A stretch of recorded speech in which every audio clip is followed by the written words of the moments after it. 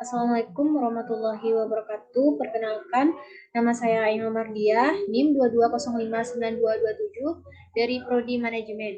Kali ini saya akan mempresentasikan salah satu kasus, yaitu Citibank Indonesia sebagai nilai ujian tengah semester Manajemen Risiko. Untuk yang pertama, kita langsung masuk ke kasus Citibank Indonesia itu sendiri. Mengenai kronologi dari kasus tersebut. Kasus ini bermula dari pembobolan rekening oleh nasabah Citibank yang dilakukan oleh Melinda D yang bekerja sebagai Senior Relation Manager Citigold Citibank. Nilai uang yang diambil dari para nasabahnya mulai dari puluhan juta sampai miliaran rupiah. Melinda melakukan aksinya dengan cara pemindah bukuan dan pentransferan dana. Caranya adalah dengan meminta tanda tangan sang nasabah dalam formulir transfer yang masih kosong. Setelah semuanya lengkap, Melinda mengirim formulir kepada teller di Citibank. Kemudian teller memproses dan rekening Melinda terisi dari uang yang dicuri milik para nasabahnya. Selanjutnya mengenai jenis resiko yang terjadi, menurut jenis risiko yang terjadi terdapat ada 2 poin. Yang pertama yaitu menurut dapat tidaknya risiko dialihkan, yang adalah jenis risiko dari kasus Citibank Indonesia tidak dapat dialihkan kepada pihak lain atau tidak dapat diasuransikan karena jenis risiko ini adalah berjenis spekulatif. Yang kedua, menurut sumber atau penyebab timbulnya. Jenis risiko menurut sumber atau penyebab timbulnya dalam kasus Citibank Indonesia adalah risiko internal.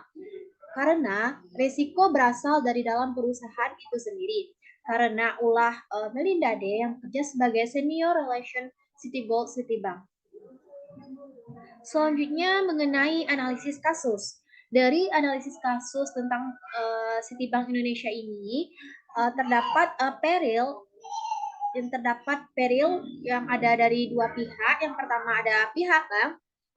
Perilnya dari pihak bank ini tercemarnya nama baik Citibank atas kasus tersebut. Yang kedua dari pihak nasabah adalah kerugian finansial berupa kehilangan uang. Yang kedua yaitu hazard adalah Melinda D menggelapkan dana melakukan pencucian uang nasabah. Yang ketiga ada exposure yang terdapat dilihat dari pihak bank, yaitu dilarang menerbitkan kartu kredit bagi nasabah baru selama 2 tahun dan pihak nasabah yaitu mengalami kerugian uang. Yang ketiga yaitu mengenai kerugian potensial. Ada 3 kerugian potensial dari kasus ini. Yang pertama, kerugian atas kekayaan. Bank Indonesia menjatuhkan sanksi kepada Citibank karena terbukti melanggar ketentuan internal bank dan mengabaikan manajemen risiko. Yang kedua, kerugian atas pendapatan, yaitu dilarang menerima nasabah Citigold prioritas baru selama 2 tahun dan dilarang menerbitkan kartu kredit bagi nasabah baru selama 2 tahun. Bisa dihitung berapa kerugian dari pihak Citibank Indonesia. Yang ketiga, kerugian kewajiban pihak lain. Citibank mengganti sebuah kerugian nasabah akibat tindak penggelapan uang yang dilakukan oleh Melinda D. Sedangkan Melinda D dihukum 8 tahun dan didenda sebesar 10 miliar.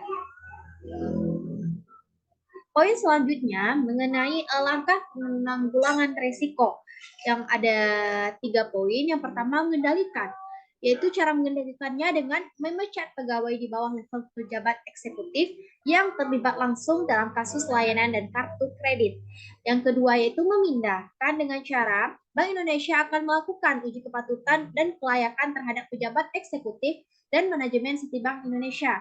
Yang ketiga, menghindari dengan cara membuat sebuah peraturan perusahaan, perjanjian kerja atau SOP yang jelas dan terarah yang mengatur tugas-tugas administratif dan pertanggungjawaban ketika tenaga kerja mendapat tanggung jawab untuk memegang inventaris atau aset kantor.